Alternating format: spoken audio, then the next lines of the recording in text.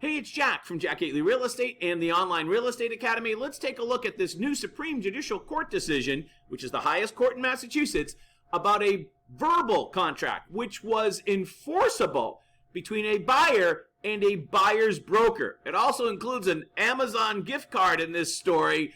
But before we actually get to the details, I want to cut right away to the moral of the story. My lesson, my takeaway I'm going to put right in the front of this video.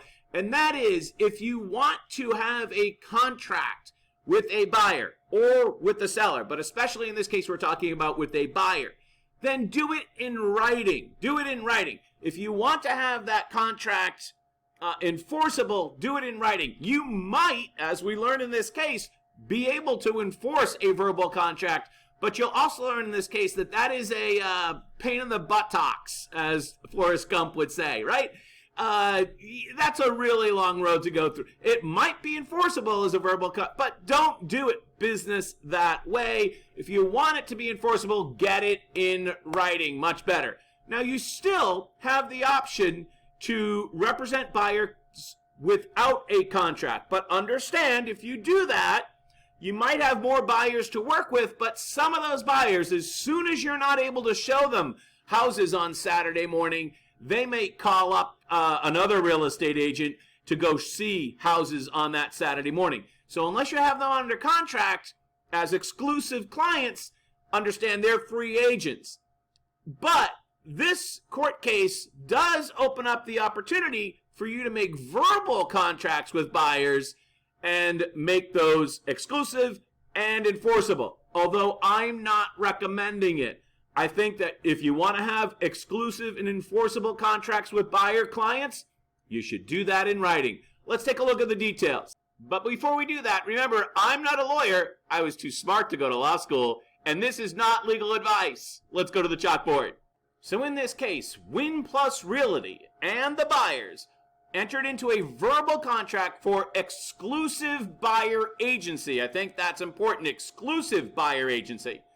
And as part of that verbal contract, the buyers agreed if they saw a property on the internet, for instance, and they went to the open house on their own, they still had to refer that listing back to Win Plus so that Win Plus could represent them.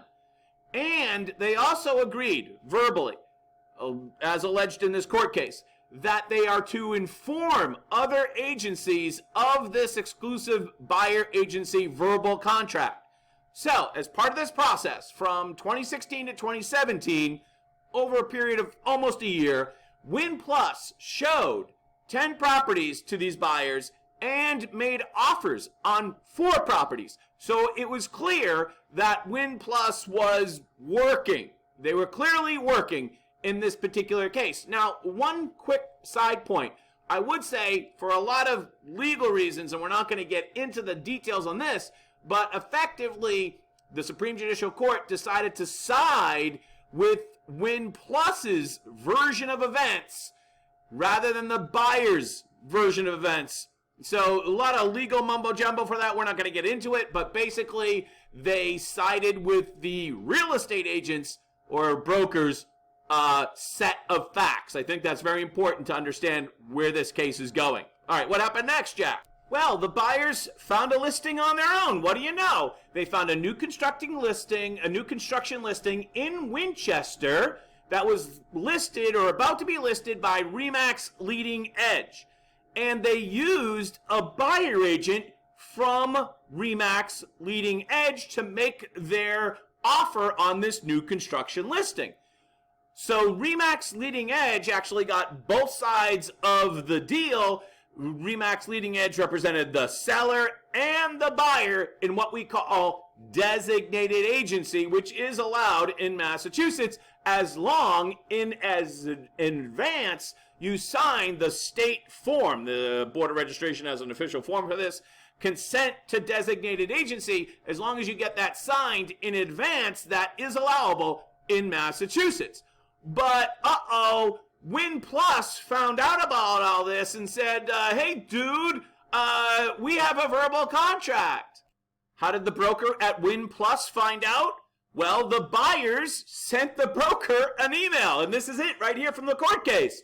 February 20th, 2017, they closed on this new construction house May 15th, 2017, and here's how the email went. We have decided to hire an American agent at RE/MAX to buy a house because the house has not yet been listed on the market. They would not agree to have you contact them as our buyer's agent on our behalf. Oh, that's an interesting sentence. Therefore, we are really sorry, really very sorry. After all of you have shown us many houses, responded to every request from us, and left no questions from us unanswered. In other words, they're saying that Win Plus, the broker there, did a good job. Oh, you're a great agent. We have prepared an Amazon gift card for you. It is merely a token of our appreciation, and we cannot express our gratitude enough. Please accept it. I'm going to editorialize here, but basically they're saying, yeah, you're a really good agent. Here's a gift card. Screw you on your commission. Okay, a couple of key legal points. Some of you might be saying, whoa, wait a second. What about Tristram's Landing versus Waite? Didn't I learn about that in real estate class? Yes, you did. Famous case from Nantucket. Couple of points about that. One, Tristram's Landing versus Waite, that was a non-exclusive contract, and it also never closed. Now, the justices at the Supreme Judicial Court also noted that much of the case law on this topic is pre-internet, what they called a bygone era. Right, I mean, even buyer agency is only relatively new. When you think of the history of contract law, buyer agency only was 30 years ago, 1993. I remember it well. But Jack, wait a second. You also said in real estate class that under the Statute of Frauds, verbal contracts are unenforceable. I remember that when I took class. I did say that. But there's an actual specific exception to that in Massachusetts General Law, Chapter 259, Section 7. Let's take a look. I'm not going to read the whole section, just the exception at the end. But shall not apply to a contract to pay compensation for professional services of an attorney at law, a licensed real estate broker, a licensed real estate salesman, should say salesperson, acting in their professional capacity. So right there in this Statute of Frauds, Massachusetts General Law, there's an exception. And that's really where the court came down. They literally said that it's written statutory, it's right there. There's an exception. Verbal contracts with a real estate broker can be enforceable. Now, it's really important to note that that chapter and section only refers to the contract that can exist between a broker and a buyer, and a broker or a seller.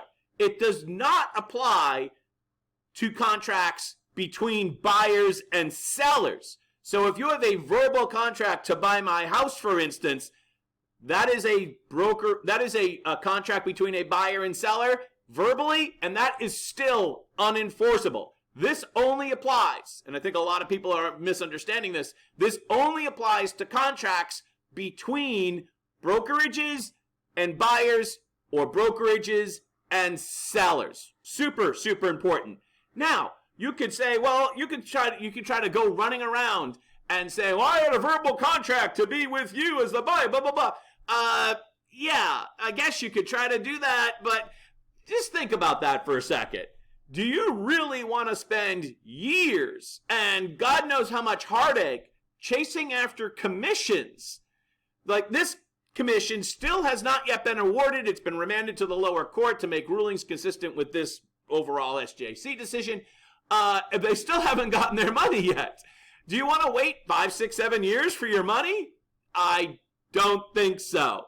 So again, if you want to have a casual relationship with your buyers, in which case they can basically go with any buyer's agent, you can do that. There's upside to that, in which case you might have more buyers to work with, but understand they're basically free agents and they might cheat on you. Like, right. So beware of that. Or if you want to maybe work with fewer buyers, but be sure that they're actually your exclusive clients. Sorry, trying to run a business here. Then get it in writing. I usually allow my own agents to make their own decisions on this, but it's really on an agent by agent basis or agency by agency basis. Having seen this court case, I am now definitely more leaning towards exclusive written buyer agreements on much more of a daily basis. I think that's safer for everyone. All right, so I'm John F. Gately, Jack from Jack Gately Real Estate and the Online Real Estate Academy. You have a great day. Bye-bye.